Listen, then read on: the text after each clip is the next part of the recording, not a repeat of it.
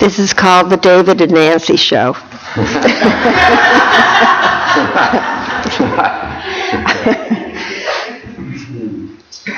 Our scripture this morning is, our first scripture this morning is from 1 Samuel chapter 3. Thank you, Jeannie. Can you hear me now? Good. I don't know why when this is near me, it bounces up and down, and I hope stay. 1 Samuel chapter 3, verses 1 through 18, which is on page 244 if you would like to follow in your Pew Bible.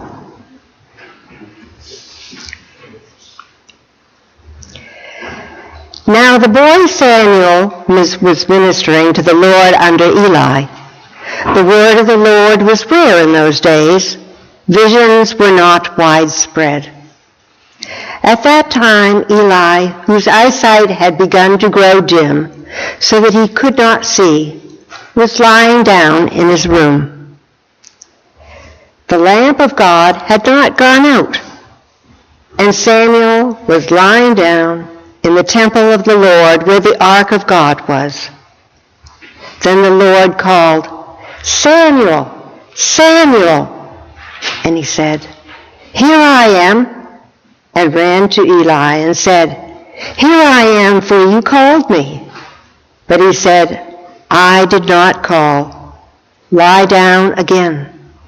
So he went and lay down. The Lord called, "Samuel!" Samuel got up and went to Eli and said, "Here I am, for you called me."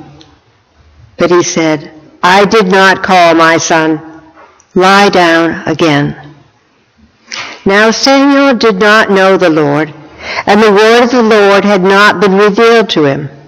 The Lord called Samuel again, a third time. And he got up and went to Eli. "Here I am, for you called me." Then Eli perceived that the Lord was calling the boy. Therefore Eli said to Samuel, "Go lie down, and if he calls you, you shall say, 'Speak, Lord, for your servant is listening.'" So Samuel went and lay down in his place. Now the Lord came and stood there calling as before, "Samuel, Samuel." And Samuel said, "Speak, for your servant is listening." Then the Lord said to Samuel, "See, I am about to do something in Israel that will make both ears of everyone who hears of it tingle. On that day I will fulfill against Eli all that I have spoken concerning his house from beginning to end. For I have told him that I am about to punish his house forever for the iniquity that he knew, because his sons were blaspheming God, and he did not restrain them. Therefore I swear to the house of Eli that the iniquity of Eli's house shall not be expiated by sacrifice or offering forever." Samuel lay there until morning. Then he opened the door of the house of the Lord. Samuel was afraid to tell the vision to Eli. But Eli called Samuel and said, "Samuel, my son." He said, "Here I am." Eli said, "What was it that he told you? Do not hide it from me. May God do so to you and more also, if you hide anything from me of all that he told you." So Samuel told him everything and hid nothing from him. Then he said, "It is the Lord. Let him do what seems good to him." Our second lesson this morning is from the New Testament, John chapter 1, verses 43 through 51. It is on page 969 of your Pew Bible.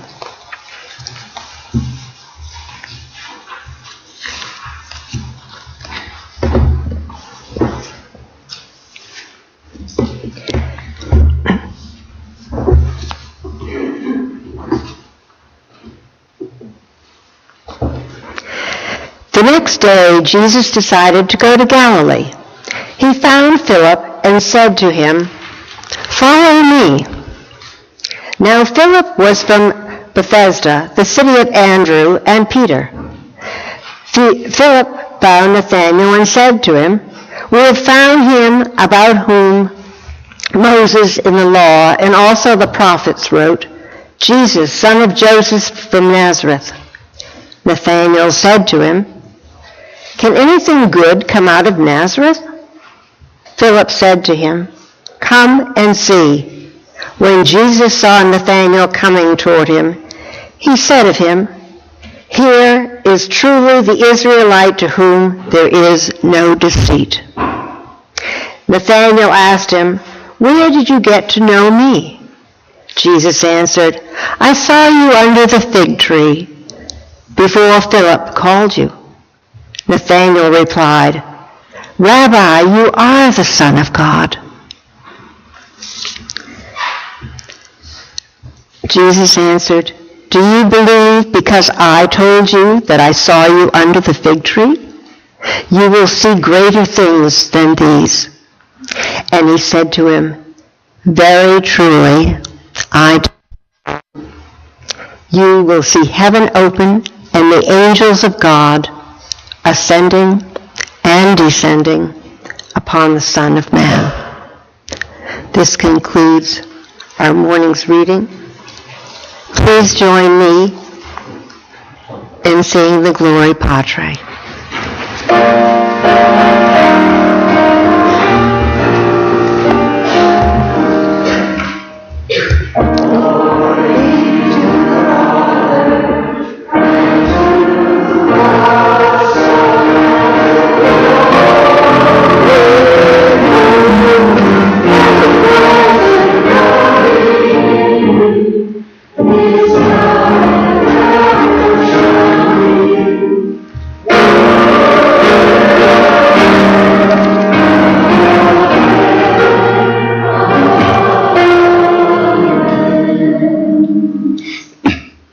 Please be seated.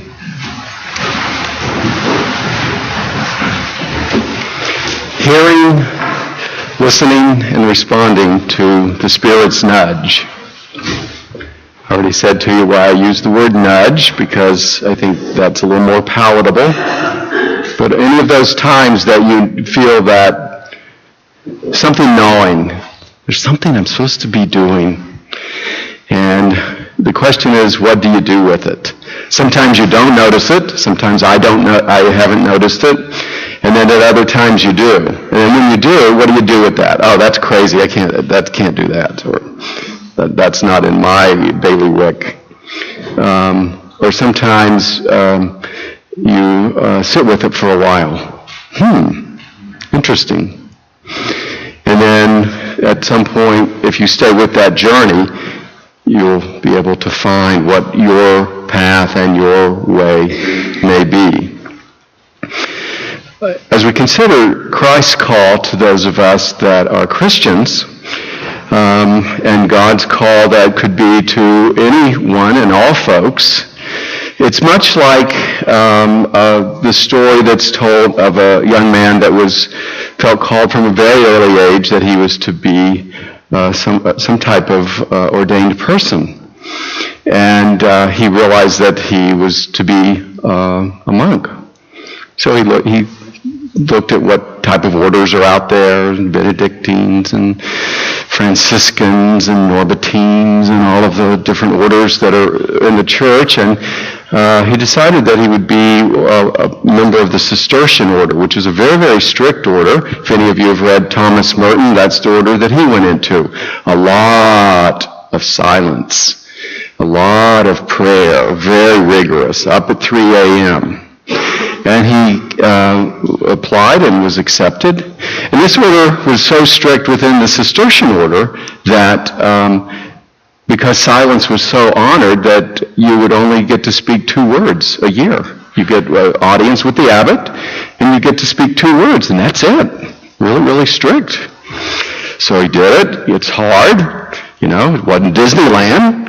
And he did all of the prayers. He was up at 3 a.m., did the hours of prayer, to bed early, service around the monastery. Did that week after week, month after month, until the year went by. And he meets with the abbot, and of course when you meet with the abbot, you bow, and the abbot bows back, and the abbot says, "Yes, my son." And the monk says, "Bad food." Well, the abbot's, you weren't here to become a chef, and this isn't a TV show. It's a monastery, and it's a strict order of the Cistercians. So, go back, work it out in your practice. So he went back, and for the next year did the same thing. Up at 3 a.m., hours of prayer, service at the monastery. Weeks and months go by. Finally, he has his second. It's 2 years that have gone by. Has his second visit with the abbot. He goes to the abbot and bows. The abbot bows back and says, "Yes, my son." And this time he says to the abbot, "Bed's hard." Well, the abbot says, "Well, we're not here for the pleasures of life, and it helps straighten your spine. So, you go back and work it out with your spiritual director, and everything will be all right." So the same thing happens for the next year, up at 3 a.m., all the hours of prayer, and he comes back 3 years. This is his third year. He comes back to the abbot. He bows, and the abbot bows, and he says, "Yes, my son." And he says, "I quit." And of course the abbot says, "Well, you've been here for 3 years, and you've done nothing but complain." So I know you've heard that one before, but that captures very, very well our struggle to hear, resist, and respond to the call that we hear in our lifetime. And that is certainly borne out in the scriptures that we looked at today. The book of Samuel was written in a time that there wasn't a lot going on spiritually. Sometimes I wonder if we're kind of in that type of era. It says that not many people knew the word of the Lord, and visions were not very, very common. So the story is that Hannah, Samuel's mother, had said, "If you will give me a child, I will give the child to you." So as a boy, Samuel was dedicated and given to the priest at the temple to serve God for his life. And Samuel was serving with Eli, as you heard in the story that Nancy read. And she was ready to read it, you could tell. I like that. So Samuel is sleeping in the temple. He's serving the Lord, serving the priest, and he hears the call, "Samuel, Samuel." So, it must be Eli. So he goes into Eli's room and says, "Yeah, what do you want?" He says, I didn't call you. I didn't call you, so go back and go to sleep." And then it happens again. "Samuel, Samuel." So he says, "Yes," and he goes to the priest, and, "Yeah, you called. What can I do? What can I do for you?" I didn't call you," Eli says. He says, Go back to your room." And then it happens a third time. "Samuel, Samuel." And this time, Eli, who was a priest, and though it wasn't going very well in his priesthood, his sons were scoundrels. They were misusing the funds, misusing people. It was a mess. But Eli still had a degree of faith. It says the light hadn't gone completely out. And he kind of gets it. He says, "Oh, I bet this is the Lord speaking to Samuel." So he says to Samuel, "Well, listen, the next time if it happens again, just say, 'Speak, your servant listens.'" So it, in fact, did happen again. And Samuel says, "Speak, Lord, your servant listens." And then he hears this prophecy, this word. It wouldn't have been hard to figure that out, but that, things aren't going to go very well for Eli and his household. So that's the invitation that we have. So lots of times when you get a nudge and I get a nudge, we think, "Oh, okay, what is that? It's some kind of psychological problem, or I had too many hot peppers last night. Or, we try to think, that is so nutty. I wouldn't tell anyone about that. They'll think I'm crazy, It's not unlike where with some of you, we will say, have you had any angel sightings lately? We'll ask each other that. And, sometimes I think if my clinical colleagues were here and observing, they'd say, David, up your meds. You're asking about seeing angels? Come on now. But of course, we know what we're talking about. Were there God sightings? That's another way. How is it going with your soul? And that's a wonderful way to get at that. So sometimes we don't know, and sometimes it takes a question. And Samuel didn't know. He didn't know the word of the Lord. It hadn't been yet revealed to him. And I think about our church and other churches, and I think about people that come day in and day out, and how many times that might refer to some of you. Did not know the word of the Lord. It had not yet been revealed to him. But every one of us has a time where that's going to happen, where there's going to be this voice saying, Samuel, Samuel, it's going to call out your name. And my question to you is, what will you do with that? Because you might want to rationalize it, put it away, I'm not going to think about it, and then, I hope that at some point you'll say, speak, Lord, your servant listens.